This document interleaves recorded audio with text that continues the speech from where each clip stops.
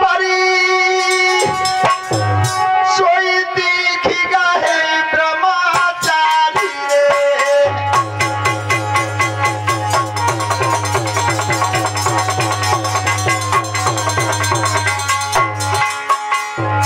धनुष पकड़ी सोई न करवे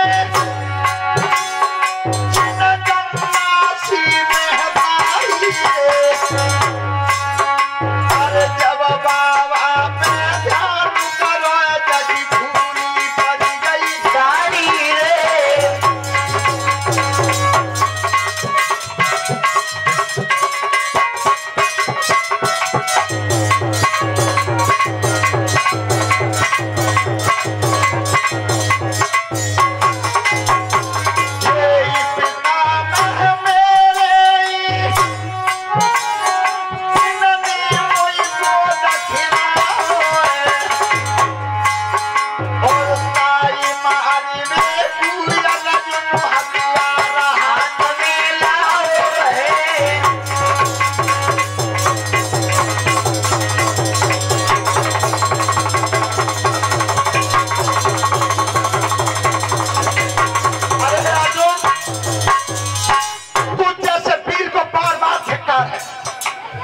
ये कोई पितामह भीष्म है जिन्होंने तुझे गोद में खिलाया।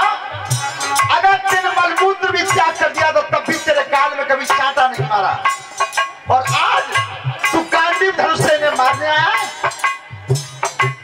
पहले रत्न से नजर हटा दी और जब दूसरे रत्न पर ध्यान किया था अरे तुझे रत्न पे नजर करी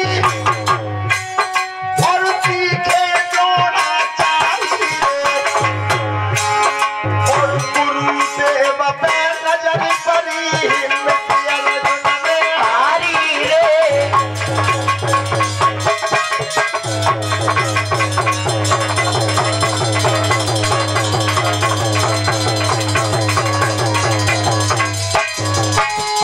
द्रोणाचार्य गुरु मेरे इन्होंने मुझे ज्ञान सिखाओ गुरुवर ने मुझे ज्ञान दहो यार उन्हीं मान में आओ है।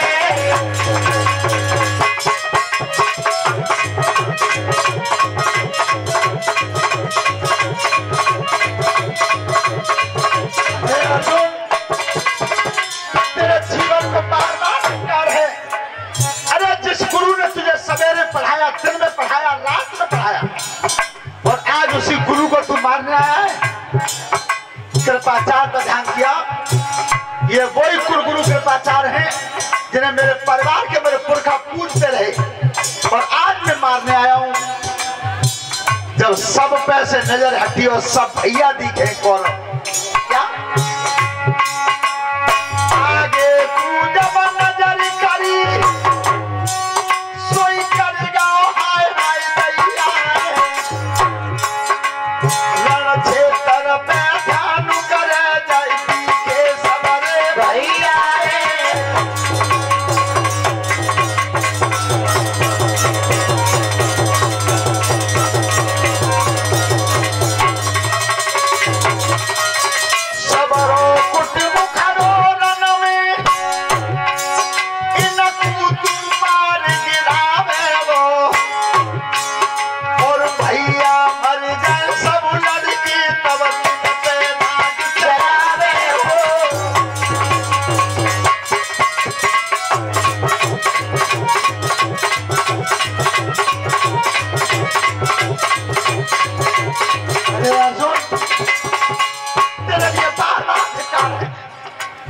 और इसी बीच में व्यासपीठ के माध्यम से 50 रुपए राम यादव खैरपुर से धन्यवाद। परमात्मा सुख समृद्धि देता रहे। भारत तुझे एक बात समझ में नहीं आती क्या ये परिवार सब जो तेरे सामने खड़ा है ये सब लड़के मर जाएंगे तो फिर राजगद्दी किन पर चलाएगा क्या? और सवारे घर पे नजर पड़ी और भाग सबर में और कुंती के बाप बेटा को सोई धन सुहा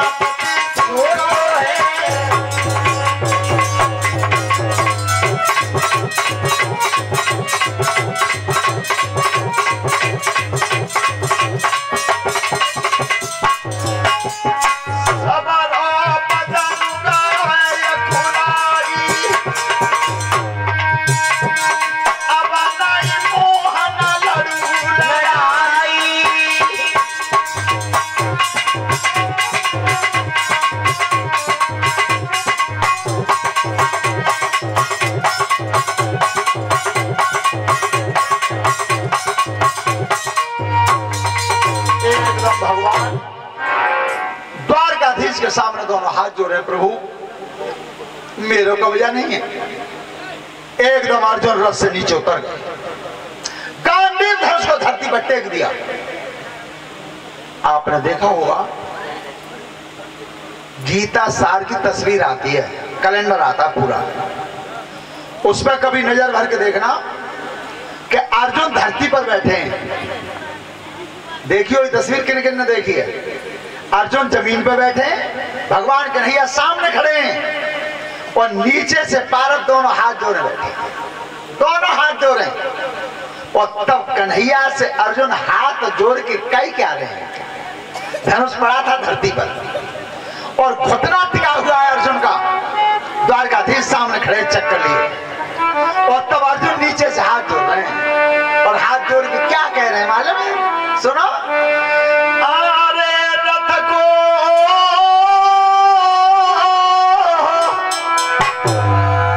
अरे पीछे हटाई ले पीछे हटाई लो दीनानाथ रथ को, पीछे हटाई लो दीनानाथ।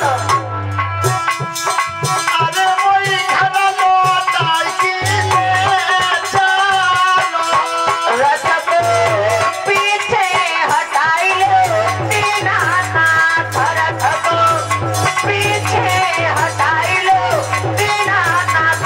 अरे मोरी घर लौटाए चले चलो।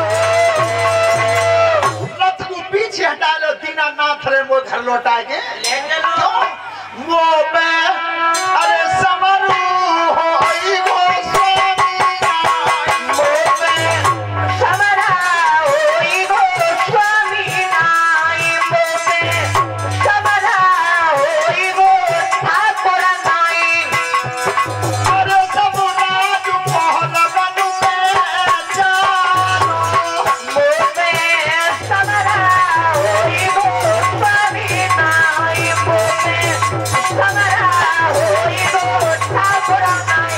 अरे समरा जंगल बनो दे चलो। समर होय वो स्वामी नारे सब राज कौरवन। ले चलो। अरे भगवान ने की बिगड़ को खेल ऐसी तैसी तो यहाँ तक ला पाओ। और अगर अर्जुन ही हथियार डालता है तो फिर महाभारत कहाँ होगा? उस समय भगवान कृष्ण गीता का उपदेश करते हैं, हे पार्थ जिन्हें तुम जिंदे समझ रहे हो जब मरे तो पहले ही थे। यदा यदा हि धर्मस्य ग्लानिर्भवति भारत अभ्युत्थानम धर्मस्य तदात्मानं सृजाम्यहम् परित्राणाय साधूनां विनाशाय च दुष्कृताम् धर्म संस्थापनार्थाय संभवामि युगे युगे। हे अर्जुन, जब जब हर युग में धर्म की हानि हुई है और अत्याचारी बढ़ते हैं तब तब मेरा अवतार होता है। श्रोता बंधु, अर्जुन से एक बात और कही थी भगवान कन्हैया ने, ए बेटी बात मत करे करो। गांडीव उठाने में अर्जुन जितनी देर यहां होगी, अरे हस्तिनापुर के महलों में उतनी अंधेर। हाँ, क्या करते हो? हिम्मत आ रहा हो? रणक्षेत्र अगर तू भाग करके जाता है तो नरक का गामी बन जाएगा तू। कर्म करिए अर्जुन। अरे फल तो मेरे हाथ में, वो तेरे हाथ में नहीं है। तू केवल कर्म कर। और कर्मू तो करनो सो करनो ही है। मियाँ जी ना बीड़ी तो रोक ले तो फिर भैया को चक्कर वहां में दे आता है, माँ तो ना रोक ले। वो त्याए में चक्कर देख लियो तुम सबनु की, हमारी त्याई सबनु की आंखों में धूल झोंक के और बीड़ी पिया है, बहुत पिया था। एक बीड़ी 2 सेकंड की उम्र कम कर देते। अब विचार कर रहे हो कितनी पी ले तो। श्रोता बंधु, जिसमें आज भगवान के कहने से अर्जुन ने गांडी धनुष उठा लिया। जब गांडी उठा लिया और तब गंगा पुत्र भीष्म ने कहा है, दुर्योधन मैं तेरे पक्ष का सेनापति हूं, 10,000 वीर रोजाना मारूंगा, पर मैं 5 पांडवों में किसी को नहीं मारूंगा। दुर्योधन ने तो खुशी है, चलो 10,000 नु कोई मारे, खा तो खाली है जावे हो। उसी समय आज दोनों तरफ से सेना खड़ी थी, केवल शंख बजने वाला था। एकदम युधिष्ठिर महाराज रथ से उतर के चले। जब रथ से उतर के चले, एक बात और सुनना, हमेशा नीच प्रवृत्ति का आदमी हो वो नीचता ही सोचेगा। आज आप रास्ता में जा रहे हो और कोई सज्जन आ रहे हो और तुम उनसे राम राम कर ले हो, तो सज्जनता के व्यक्ति तो ये कहेंगे अपनी तरफ से, तुमने अगर एक बार राम राम कर दी तो वे करेंगे 2 बार राम राम भैया राम राम, खुश रहो। और जो नीच प्रवृत्ति का होगा वो ये सोचेगा कि डर के मैं राम राम कर रहा हूं, वो तो उल्टा असर आता। तो ऐसे ही आप दुर्योधन की तरफ जब युधिष्ठिर उतर के आ रहे थे रथ से, सुमन की पितामह के का है गई लड़ाई, जीत है गई कि क्यों कि हमारी इतनी बड़ी सेना तुम जैसे कर्ण जैसे वीरन में देख के अब युधिष्ठिर हिम्मत हार गया, अब उतर के आ रहा हो, माफी मांग ली। भीष्म पिता में बोले कि तो सबूर ही कर ले, लेकिन आई जानने जहां तक तब मालूम कर लिए क्यों आ रहा है। तो जैसे ही युधिष्ठिर आए, ध्यान रखना उस बात को समझ पांडव भी नहीं पाई कि आखिर हमारे बड़े भैया उतर के क्यों गए। तो सबसे पहले जाकर के पिता में भीष्म के पैरों में प्रणाम किया, पितामह प्रणाम करता हूं और लड़ाई लड़ने का अब हुक्म चाहता हूं। कितनी अच्छी बात थी, तुम अगर हुक्म दे दो तो मैं लड़ूं। उसी समय गंगा पुत्र भीष्म ने कही युधिष्ठिर तेरी विजय। द्रोणाचार्य के पैर छुए, गुरुजी अब तुम हुक्म दो, मैं तुमसे आशीर्वाद चाहता हूं और तुम कह दो तो मैं लड़ूं।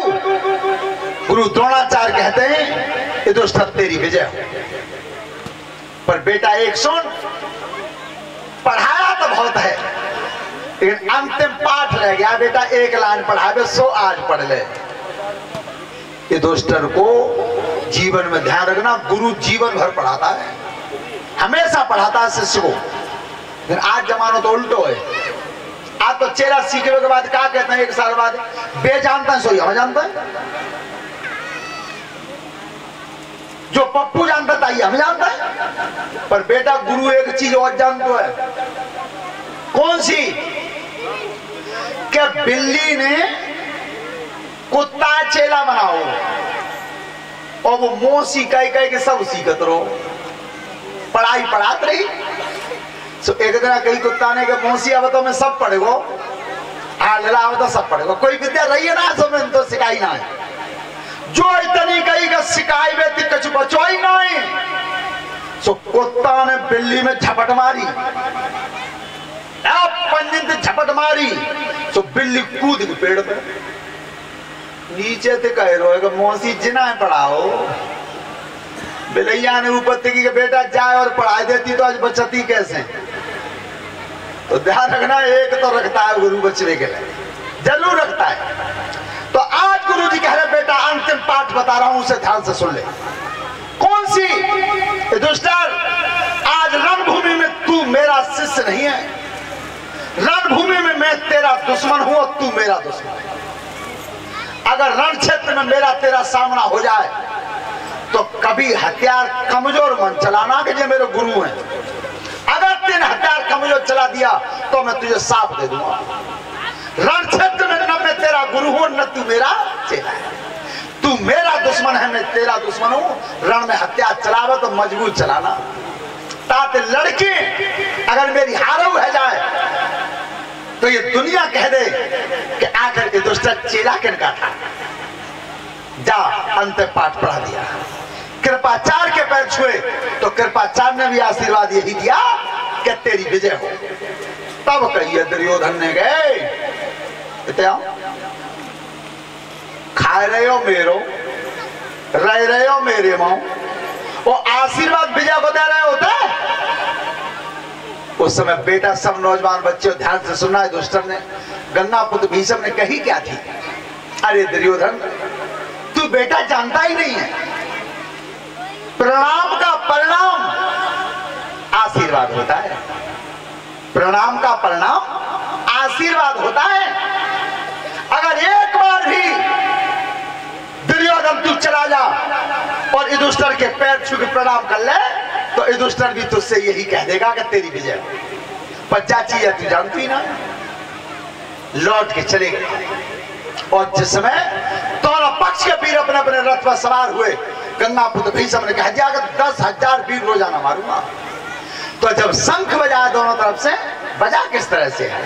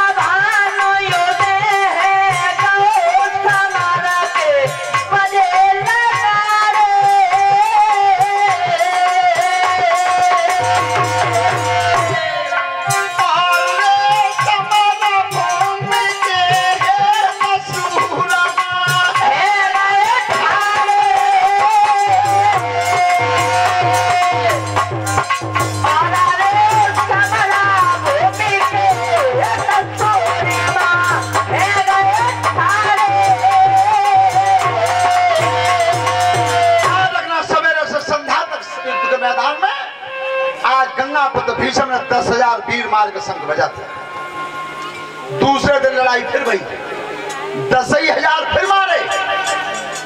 इस तरह से 9 दिन व्यतीत हुए। परीक्षा जी 9।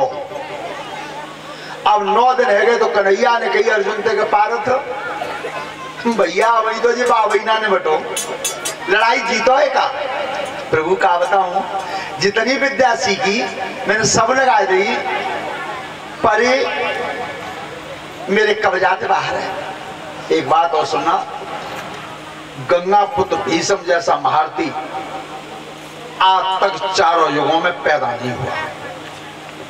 और अगर बच्चों ने मोबाइल को देखा हो, देखो बेटा मोबाइल पे बहुत अच्छी अच्छी चीज आती हैं, लेकिन सोच क्या है कि तुम क्या देख सकते हो उसमें। अच्छी चीज ज्यादा देखते हो या बुरी चीज ज्यादा देखते हो? मोबाइल पे एक बार आया था कि जब त्रेता में राम से रावण का युद्ध हुआ, और रावण के जमाने में अगर गंगा पुत्र भीष्म जैसा वीर होता तो भीष्म का रावण का अगर युद्ध हो जाता तो कौन विजय होता, ये आया था। तो उसमें उसका उत्तर आया है कि भीष्म पितामह विजयी हो जाते। क्यों? कि भीष्म पितामह को यह वरदान था, इच्छा मृत्यु, चाहेंगे तो मरेंगे और नहीं चाहेंगे तो नहीं मरेंगे। श्रोता बंधु, उस समय गंगापुत्र भीष्म और इधर दुर्योधन ने कही बराबर रथ ला करके, पितामह आज समझ पाए हम कि तुम अन्न खा रहे हो, हमारा पाठ बजा रहे हो। 10,000 रोज मारे पर 5 में थे, एक नहीं मरो। जब लांछन लगा पितामह भीष्म जैसे महारथी पे, उसी समय हाथ उठा करके कह दिया दुर्योधन जा तो चैन तो पच जावे, पर कल के युद्ध में मैं 5 को मार जा। जो प्रतिज्ञा करी 5 को मार दूंगा। और कुंती को जब पता चला, ध्यान रखना मैया बेचैन होती है, जो बेटा का जो डहा होता है वो सबसे ज्यादा महतारी को होता है, माँ को होता है। तो उस समय महतारी ने कही कन्हैया से, श्याम सुंदर जब बेटा बचियांगे कैसे हूं? मैया तुम मेरी बुआ हो, पर एक बात ध्यान से सुनो, तुम जिगाओ मैं लड़के बचा दूं कब जा मेरो नहीं है। पर हाँ अगर कोई राजनीति को दाव बैठो तो बचा तो दूंगा। पर बुआ तुम्हें अगर कोई ऐतराज न होए तो तुमने द्रौपदी कर दोगी मेरे संग रात में ले जाओ, त्याई तो बहन के समान है। आज द्रौपदी को लेकर के भगवान आ रहे हैं और जी कह रहे हैं कि जो कौरवों के डेरा लगे हुए हैं इनमें ये देखना कि भीष्म बाबा कौन से डेरा में। अब सभी बिटियां ध्यान से सुने, सभी माताएं बहनें सुने कि सास ससुर के पैर छूने से कितना मिल सकता है।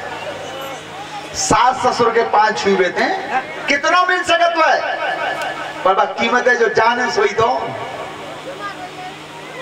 अच्छा बहुत बहु कह देते हमारी तो सास बोलती है ना, अच्छा चलो यही मान ली बोलते ना, तो बिल्कुल बेना बोलती तुम मत बोलो, पर 5 छुई के आओ, पैर छू के आना, प्रैक्टिकल कर लेना मेरी इस बात का।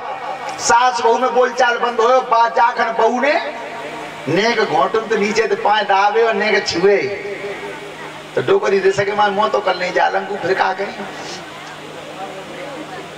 बने रहो भवन में गांठ दे रही तो यही कह गई कि बने रहो। ऐसा देवता दुनिया में कोई है जो नाराज है क्यों आशीर्वाद दे देवे? वो महतारी है। सोता बोल दो तो उस समय सामने आ गया द्रौपदी कर रही पीछे द्वारकाधीश कन्हैया बाहर द्वारकाधीश जैसा नेता ही ना बहुत कर्म कौन सा किया? लगाई रही कुरुक्षेत्र में फेरा लगाई रही कुरुक्षेत्र में फेरा लगाई रही कुरुक्षेत्र में फेरा लगाई रही कुरुक्षेत्र में फेरा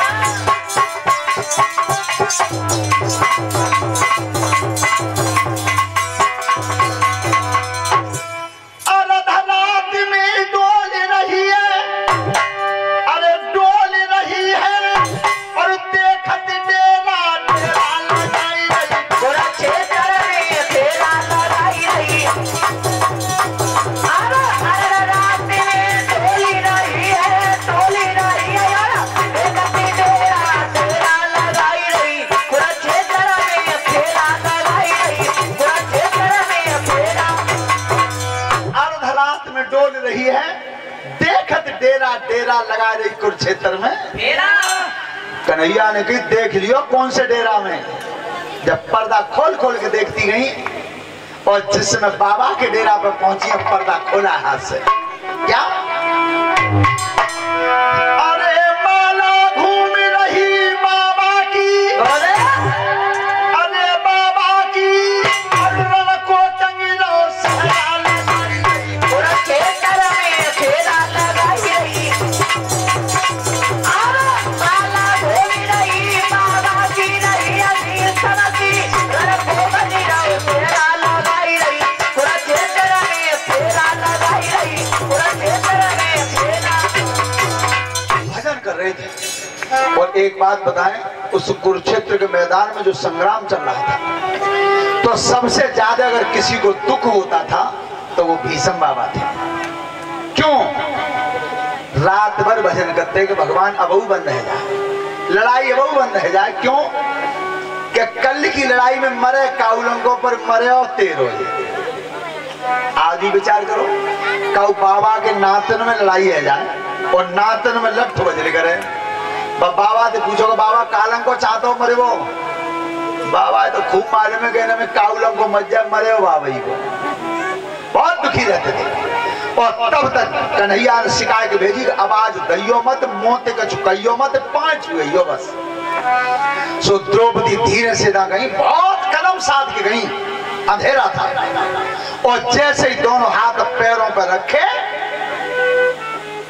हाथ की चूड़ी बज गई। पिता मैंने समझी कि कोई नारी आई है पैर छुए तो जैसे ही पैरों पे हाथ रखा तो बाबा ने कही का अरे हाथ उठाई कही बाबा ने अरे कही बाबा ने और सुहाग बनो रहे तेरा लगाई रही कुरुक्षेत्र में फेरा लगाई रही हाथ उठाई कही भीष्म ने कही भीष्म ने सुहाग बनो रहे तेरा लगाई रही कुरुक्षेत्र में फेरा लगाई रही कुरुक्षेत्र में फेरा। एकदम आशीर्वाद दे दिया कि बेटी तेरा सुहाग बना रहे। लौटे आई कन्हैया ने की कहा कही कि कही कि तेरे सुहाग बनो रहे तो अब लौट के भेज जाओ और अब की आवाज दे के पूछियो कि कल तुमने लड़ाई के मैदान में जिकई दी कि 5 को मार दूंगा और अब अपने ही मोत जिकैया कि तेरे सुहाग बनो रहे।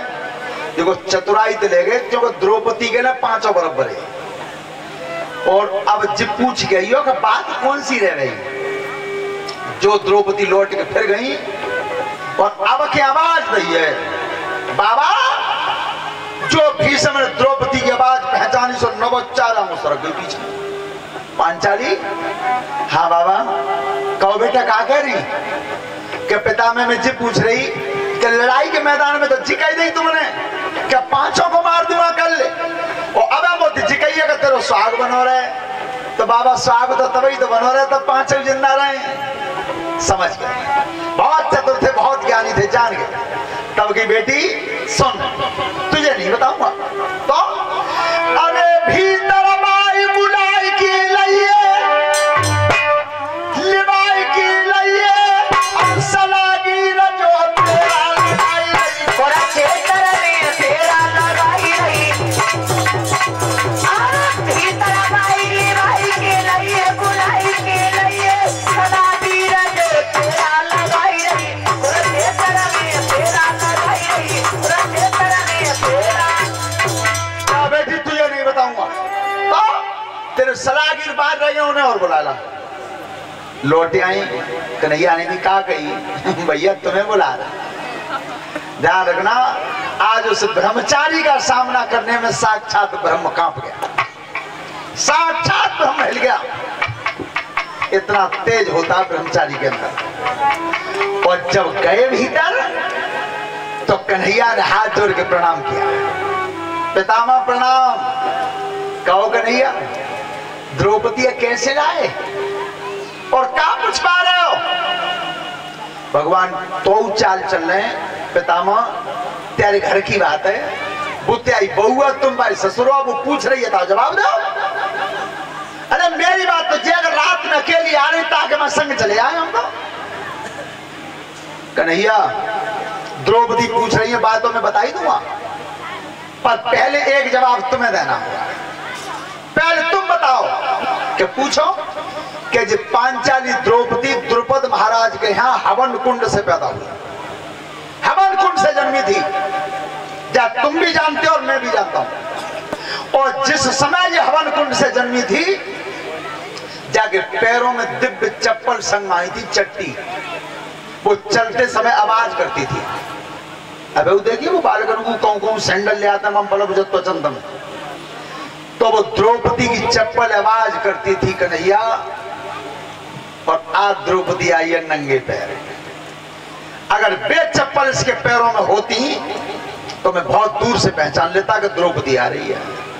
आज आई है नंगे पैर, तो कन्हैया जी बता दो, जब द्रौपदी की चप्पल आज कहाँ रह गई, कबू ना चली नंगे पैर जे। से भगवान ने सीधी तरफ से हाथ उठा के बगल में तलेकार के दे दी, ले महाराज जी ने।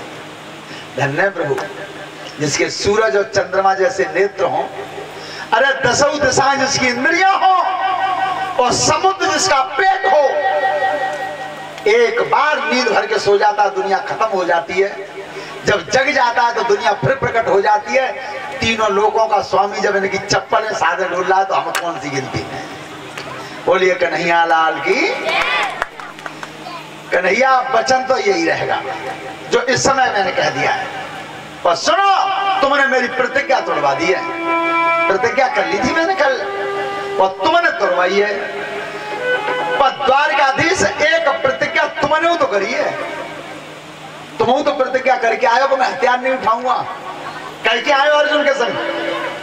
हाँ, तो चिंता मत करियो, कल के मैदान में अगर हथियार न उठवा दे तो गंगा जी का बेटा नहीं हो जाओ। लौट आए, कुंती ने की कहा श्याम सुंदर बे लला बचियांगे, बुआ क्या है तो बच गए, पर मेरी बात गड्ढा में चली गई जमा। ध्यान रखना, उसने भक्तों के पीछे अपने सम्मान को हटा दिया है। द्वारकाधीश भगवान कृष्ण 16 कलाओं से भरपूर हैं। उसने हमेशा अपने भक्तों की बात के पीछे अपनी बात को हटा दिया है। श्रोता बंधु, जिस समय आज द्वारकाधीश भगवान रात में ही और द्रौपदी को तो वहां कर दिया और अर्जुन को जगाया, पारत तुम उठो जल्दी। अब अर्जुन देखो, सुनो कैसी लड़ाई थी। लड़ाई कितनी नीति की थी कि रात में कोई काऊ लग जा सके, तो कोई पाबंदी नहीं है, न कोई किसी को मारता था। एक लड़ाई और थी कि सामने वाला का धनुष चलाना जानता है तो इतवारे ने धनुष उठाओ, अगर उतवा भालो चलाओ जानता है तो इधर वाले ने भाले उठाया, अगर वो गदा का युद्ध जानता है तो सामने वाले ने गदा उठाई। ये नीति की लड़ाई थी। अबे जैसी ना कि सामने वाला वो लठिया लेकर घर में तो माने 315 कट्टे ही चला दो, ये लड़ाई नहीं थी, पहले नीति की लड़ाई थी। तो आज रात में अर्जुन नर और नारायण दोनों आए और पितामह के जब डेरा में गए देखिए कितनी बड़ी चाल चलते थे। अर्जुन ने कही पितामह एक काम करो, के तो हम फैसला कर दो और क्या तुम लड़े वो बंद कर दो। इनको कौरवन को तो अकेलो ही काफी हूं। पितामह भीष्म कह रहे हैं बेटा अर्जुन हम जाने, अब हम समझ गए कि जब पुरखाते जाको कुनवा दुखी है जाता फिर मत जाना चाहिए। देखो कितनी नीति की बात है। जब पुरखाते जाको कुनवा दुखी है जाए तब फिर मत जाना चाहिए। एक महाभारत की कथा में संकेत आता है, तब सुन लो जो जो सास ससुर बने बैठे हो घर में, बहू है तो दुखी मत कर दियो, बहू फिर भजन उल्टो कर लेकर है। कैसो एक पंडित जी घर में कथा कर रहे, कहाँ है मियाँ जी? अब जब वो तो दुबक के रह रहे मैं दिखू का घर न दिखू, हाँ बस नहीं ऐसे दिख जाओ करो। सो वो पंडित जी कथा कर रहे, सो उनने कही सास बहू दोनों सुन नहीं। सो पंडित जी ने कही कि जो स्वर्ग प्राप्त करना चाहो वो हाथ उठा दो। सो सासू ने तो उठाए दे, बहू ना उठाई। पंडित जी की कहे बेटा तुम्हें स्वर्ग अच्छा ना लगा, तुम्हें कथा में तुम्हारे हाथ क्यों ना उठाए? तो बहू ने अकेले में कही कान में कि पंडित जी मेरी तो सासू को स्वर्ग हो जाए, सोई मेरा स्वर्ग हो। विचार करो तो जा मतलब कौन दुखी है। ऐसा कोई कर्म मत करना जिससे परिवार तुम्हारे लिए उल्टा भजन करने लगे। तो आज कह रहे हैं कि लला अर्जुन अब अमन जी जान ले कि अब मत जाना चाहिए। सो कन्हैया ने सारो दो पूछो कैसे मरोए कि बाबा फिर मरोए कैसे? कि बेटा वो मेरा नियम में अपना काल उसे बताऊंगा जिसके सिर पे हस्तिनापुर का ताज रखा हुआ। अर्जुन ने की कन्हैया देखो प्रभु मां मरो तो ना बने, वो तो ताज दुर्योधन पे। तो के चले आजा। रात में बाबा के डेरा में तो दुर्योधन के डेरा में आए लेके। कितना बड़ा संघर्ष हो रहा था आपस में, एक दूसरे के दुश्मन थे और फिर भी दुर्योधन ने आदर से बैठाया, आइए बैठिए दोनों, कैसे आए हो? तो अर्जुन ने कही भैया एक बार जब चित्रसेन गंधर्व ने तुम्हें हरा दिया था जंगल में और तब मैं वनवास भोग रहा था, तो मैंने तुम्हारी रक्षा की, चित्रसेन को हरा करके तुम्हें छुड़ा दिया। तो बाद में तुमने मुझे एक बात कही कि अर्जुन जा एहसान के बदले में कछु मांग ले। तो मैंने जवाब की भैया आज नहीं मांगेंगे, कल दिन समय पे मांग लेंगे। तो आज समय थोड़ी देर रुक जा पे, राज मुकुट मोह दे ले जाओ। कन्हैया कहेंगे सो चिंता मत करियो, अब लौटवा देंगे, अब लौट जाओ। पर राज मुकुट को लेकर के दुर्योधन का जो ताज था आज कन्हैया ने वो अर्जुन के ऊपर रख दिया और अर्जुन को पहना करके और तब भीष्म के डेरा में आए। तब गई पितामह अब अर्जुन की तरफ देख के बताइए जी को है ताज पहचान लिया पितामह ने। तब कही कन्हैया अर्जुन अब मेरे लिए हस्तिनापुर को राजा है, तो अब बता दो कैसे मरोए?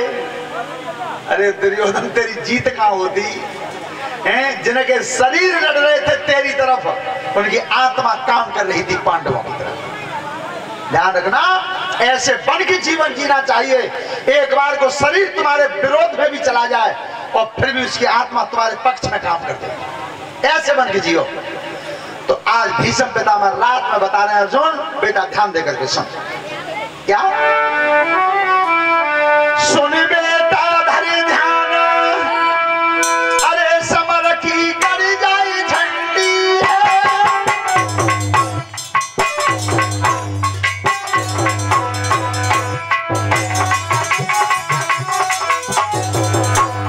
अरे समर की कर जाई झंडी है और तेरे दल के बीच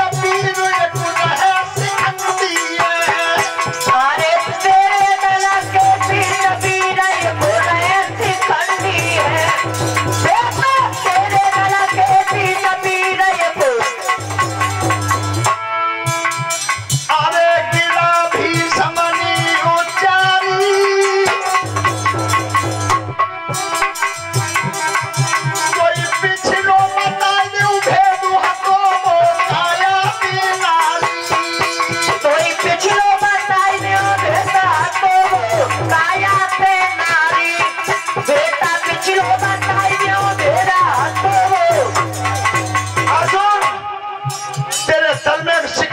कम हारती है, वो पिछले जन्म में नारी था, मेरे लिए वो अबेऊ नारी है। तो एक काम करना कि कल तू जब युद्ध स्थल में आवे मैदान में, तो वह शिखंडी को अपने रथ पर सामने रख लाना,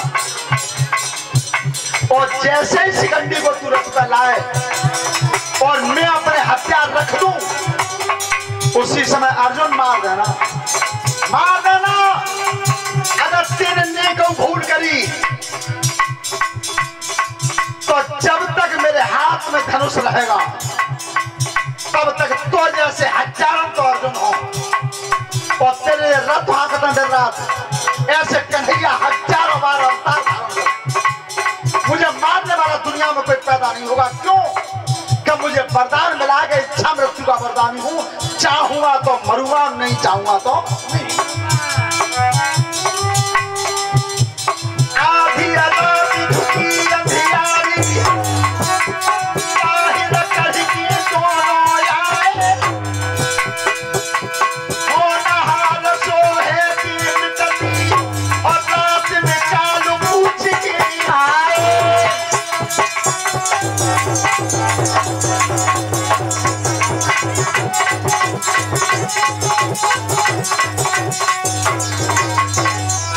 श्रोता बंधु, जीवन में ध्यान रखना, कितना भी बैर हो जाए घर में, पर इतना बैर मत करना भाई भाई के बीच में। प्रमाण तुम्हारे सामने है, प्रमाण तुम्हारे सामने है। क्या जिसमें भगवान श्री राम ने रावण को मारा था, ठीक है? कथा सिखाती क्या है? कथा सुनने से कल्याण नहीं होता, कथा में सुनने से जो अच्छी बात आ जाए उसे अपने ऊपर धारण कर लो। जब रावण धरती पर पड़ा हुआ था, सभी बेटा ध्यान से सुनना, आज घर घर में बेटा की बारात जा रही है, 500 आदमी नोट दे, 5 बसें भर गई, और पता चला कि सगी महतारी का जो जानता है सगा भाई वो बराबर में चका रह गया, वो बारात में नहीं गया, और वैसे तुमने 500 आदमी कर दिया। इस चीज को आपने देखा होगा क्या जिसमें रावण पड़ा हुआ था धरती पे, और भगवान राम से बोला था धरती पे से कि राम, एक बात और देखना, तुम उसने कभी भी श्री राम नहीं कहा एक बार भी, जब तक लड़ता रहा। राम, तुम क्या ये समझ रहे हो कि जीत मेरी हुई है? जीत तुम्हारी नहीं हुई है, जीत मेरी हुई है। इतना अभिमानी था। और सुनो जीत क्यों हुई है? क्या मैंने ये प्रतिज्ञा की थी क्या मैं जीते जी राम को लंका में पैर नहीं रखने दूंगा। तो देखो तुम्हें पांव धर्म तो ना दो, और तुम्हारे ही सामने और तुम्हारे धाम को जा रहा हूं, तुम रोक नहीं सकते, क्योंकि जो भगवान के हाथ से मरता है वो भगवान के धाम को जाता है। तो जीत मेरी हुई है, लेकिन फिर भी लड़ाई के मैदान में राम, मेरी हार हो गई, तुम्हारी जीत हो गई। इस बात को सभी श्रोता बंधु ध्यान से सुनना, एक बात मत करना। तब रावण ने संकेत किया राम से कि सुनो, तुम्हारे अयोध्या में केवल एक घर सोने का, एक भवन, और मेरी पूरी लंका सोने की है। राजधानी का क्षेत्रफल राम तुमसे मेरा बड़ा है। अरे तुमने राम जनकपुर में एक धनुष उठा दिया, और मैंने अपनी भुजाओं से कैलाश पहाड़ उठा दिया। तुम्हारे कुनबा से मेरा परिवार बड़ा है, कोई चीज ऐसी नहीं जो तुमसे मेरे पास कम हो। अरे तुमने तपस्या 14 साल की है, मैंने 10,000 वर्ष एक पैर पर खड़े होकर के तपस्या किया, तुमसे हर चीज में बड़ा हूं। लेकिन राम, इतने पर भी मेरी हार हो गई और तुम्हारी जीत हो गई। उसका केवल एक ही कारण है, और वो कारण जो रावण ने बताया, उस कारण पर सभी श्रोता बंधु जितने बैठे हो ताली बजा देना। रावण ने कही कि सुनो राम, सब चीज ज्यादा होते हुए भी आज मैं हारा इसलिए हूं कि तुम्हारा भैया तुम्हारे संग लड़ता रहा और मेरा भैया मुझसे अलग लड़ा, इसलिए हार गया मैं। जीवन में दो प्रमाण तुम्हारे सामने हैं। विभीषण अगर रावण से अलग नहीं होता तो लंका का विनाश नहीं होता, और दुर्योधन अगर अपने भाइयों को 5 ही गांव दे देता तो इतना बड़ा विनाश नहीं होता। तो जीवन में भाई से कभी भी इतना बैर मत बढ़ाना जो ये परिस्थिति हो जाए। क्यों कि लंका कांड में गोस्वामी जी लिखते हैं, जब भगवान राम लक्ष्मण को सिर जंघा पर रखे पड़े थे रात में, क्योंकि वो मेघनाथ ने शक्ति मारी थी, तब लिखा गोस्वामी जी ने, भगवान राम कहते हैं क्या कि सुत बित नारी भवन परिवार,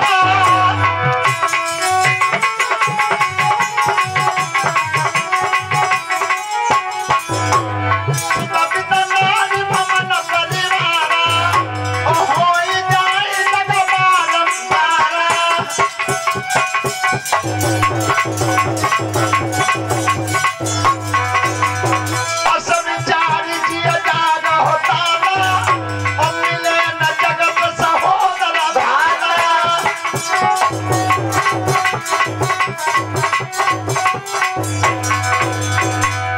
ध्यान रखना श्रोता बंधु, आज 10वें दिन के युद्ध में भगवान कृष्ण अर्जुन का रथ चलाते थे। उस रथ का नाम था नंद घोष। नंद घोष आपने देखा होगा, बच्चों ने इतिहास में पढ़ा हुआ कि जब हमारे भारत और पाकिस्तान का युद्ध हुआ था पहली बार, वो इतिहास में आया है, तो दूसरे देशों ने पाकिस्तान को टैंक दिए थे। टैंक, पहली बार टैंक पाकिस्तान को मिला हमारे भारत से लड़ने के लिए। और टैंक एक ऐसी सवारी होती है सत्येंद्र बाबू कि बाम काऊ लगते, गोला गोली कछू मारो लगत हुई ना, सब तरफ से कवर होता है लोहे से, उसमें भीतर बैठ के गोला चलाया जाता है। जब मेरे भारत के विद्वानों ने पता किया कि ये तो हमारी सब सेना मर रही है, ये टैंक टूटेगा कैसे, तो एक विज्ञान के अनुसार शोध करके बताया कि ये टैंक नीचे से कमजोर है, नीचे से। तुम्हें पता है तुम्हारे भारत की धरती पर कैसे वीर पैदा है गए? 7 टैंक आए थे, 7 विदेश से भारत को लड़ने के लिए, वो पाकिस्तान के पास थे। तो हमारे भारत के जवानों ने गोला लेकर के, और जिंदे जवान ने छाती से गोला बांध लिया, जिंदे ने, और छाती से गोला बांध के, और वो टैंक जहां होकर के आ रहा था बस टैंक के सामने लेट गया। टैंक जब ऊपर होकर गुजरा, हजारों टुकड़ा उड़ गए बस टैंक के। अब विचार करो, इतने बड़े लोहे के मजबूत के टैंक के जब हजारों टुकड़ा उड़े होंगे तो वह शरीर के कितने उड़े होंगे। इस तरह से 6 जवान और पैदा हुए और 7 टैंक तोड़ दिए। अमेरिका ने पूछा कि टैंक टूटे कैसे, कैसे टूटे? तब पाकिस्तान ने बताया कि भारत के जिंदे जवान और गोला बांध के टैंक के सामने लेट गए। तो अमेरिका ने ये जवाब दिया था वहां से तुम्हारे भारत के जवानों को, और उसका जवाब और तुम्हारे भारत के जवानों की काया अगर अच्छी लगे तो जो नौजवान बेटे हो ताली बजा देना। अमेरिका ने कहा था कि धन्य न भारत की धरती, अगर ऐसे वीर का भारत की धरती में पैदा करें, ऐसे वीर अगर मेरे देश में पैदा हो जाते तो पूरे विश्व पर राजकाज हो जाता। जिंदे जवान गोला बांध गए, छाती थे और 7 टैंक तोड़ दिए। लेकिन सुनो तुम जी कहो कि वैज्ञानिक ने टैंक अबे बनाए अमेरिका वालों ने, सबसे बढ़िया टैंक और सबसे पहले किसने बनाया? सबसे पहले ये टैंक किसने बनाया? परीक्षा जिस टैंक का व्यवहार तो हुआ कि नीचे तो टूट गए, लेकिन वो सबसे पहला टैंक बनाया था मेरे द्वारकाधीश कन्हैया, और ऐसा टैंक बनाया कि जो नीचे तो कमजोर है वो नीचे तो कमजोर ना छोड़ो। कौन सा? सुनो,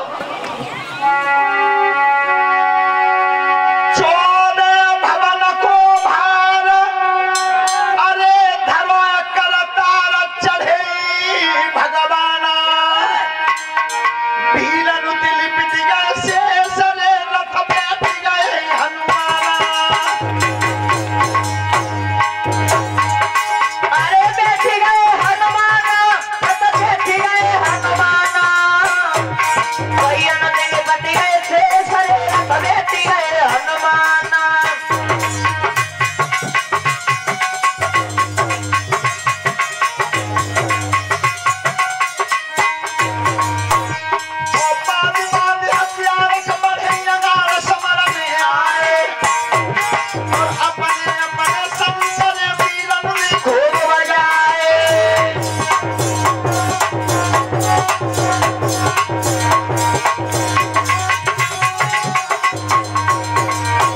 उस टैंक का नाम था नंद घोष।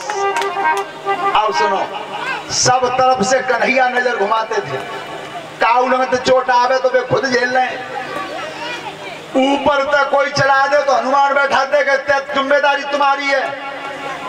कोई नीचे पाताल में तेरे कछु अर्जुन में मारते तो शेषनाग की ड्यूटी लगा दी कि तुम नीचे देखत रही हो। बताओ ऐसा टैंक का बनावा। लेकिन सुनो, जिस समय 10वें दिन के युद्ध में गंगा पुत्र भीष्म ने जब हथियार चलाए, इतने बढ़िया टैंक को भी जब पिता में नहीं तोड़ पाए तो एक काम कर दिया कि अर्जुन कहूंगा, भगवान कन्हैया कहूंगा और रथ कहूंगा। जब अलग अलग कर दिए थे और श्याम सुंदर जब रथ में धरती के मैदान में जब खड़े रह गए थे अकेले, अर्जुन को पता ही नहीं रो। उसी समय तर्कस में से तीर निकाला, गंगा पुत्र भीष्म ने डोरी पर धर के जो तानो। कन्हैया ने चारों रंग नजर करी, अब अर्जुन नहीं दिखो और अपनी प्रतिज्ञा करके आएगा मैं हथियार उठाऊंगा नहीं। तो जो तीर निशाने को सदो सीना पे क्या सब सुधि भूलो गरुड़ चढ़िया।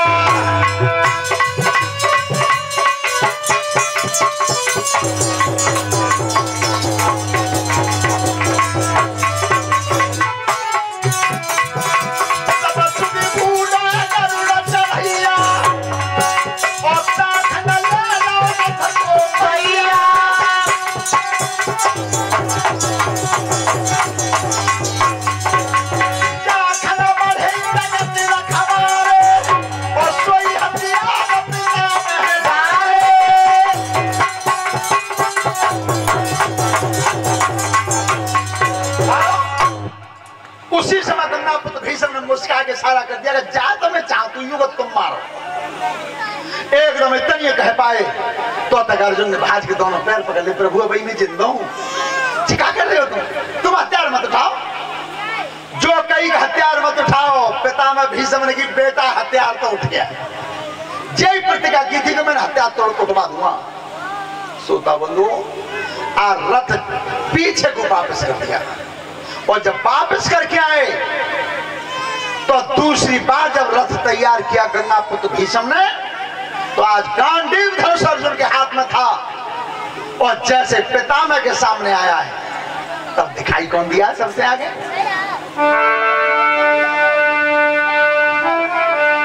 सोना और श्रीधर ध्यान अरे समर में घूमती अरे चंडी।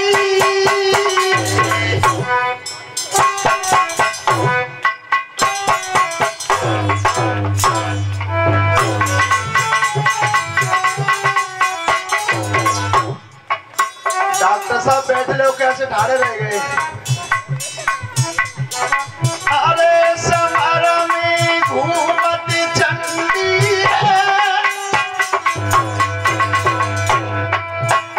और अर्जुन पीछे खड़ो सामने खड़ो ऐसी खंडी है। अर्जुन पीछे खड़ो सामने खड़ो ऐसी खंडी। भैया अर्जुन पीछे खड़ो सामने। अरे रूप जब पिता निहारो है सोई पिछली आई गई आज धनुष पीछे कूदा है।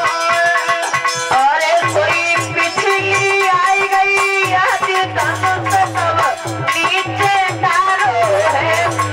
भैया पिछली आई गई आज धनुष सोई। लाखन धनुष गिराया बाबा को दे गई सारा जगत खबारे। पलनाई देर करिया पारथन निगिन पार आग तक मारे।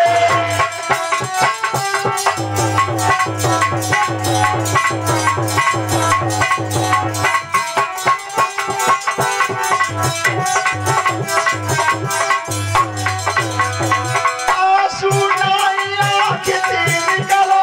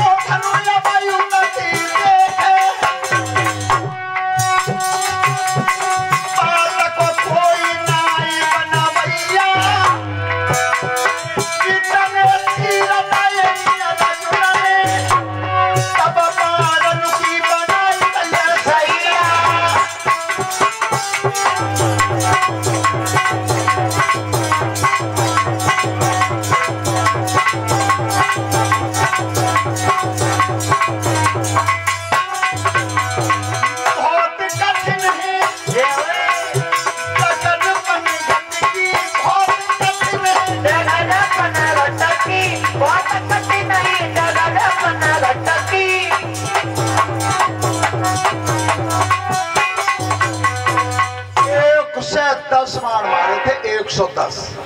बाणों की सैया बन गई, धरती पे गिर गए।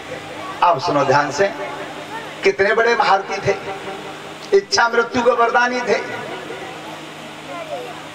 11वें स्कंद में ये धरती बखान करती है, पृथ्वी भागवत जी में, कि कलयुग में जाकर के मेरे टुकड़े हो जाएंगे।